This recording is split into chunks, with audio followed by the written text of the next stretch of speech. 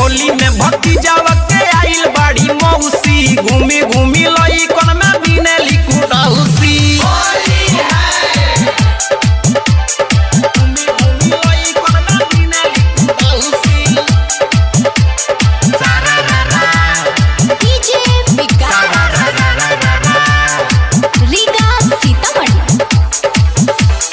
चाहे डॉक्टर होके चाहे काम पाउडर रंग छोड़ी रगड़े ले चिसिन पाउडर आए हाय चाहे डॉक्टर होके चाहे काम पाउडर रंग छोड़ी रगड़े ले चिसिन पाउडर पारा पारी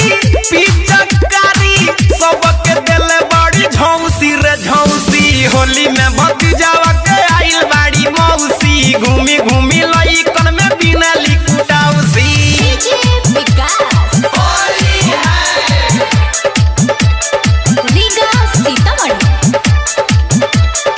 आप सुन रहे हैं अमित पटेल की आवाज में। अरे पुआ पूरी तरुआ खाता बाड़ी खाना होली में अमितावा के सुन तारी गाना।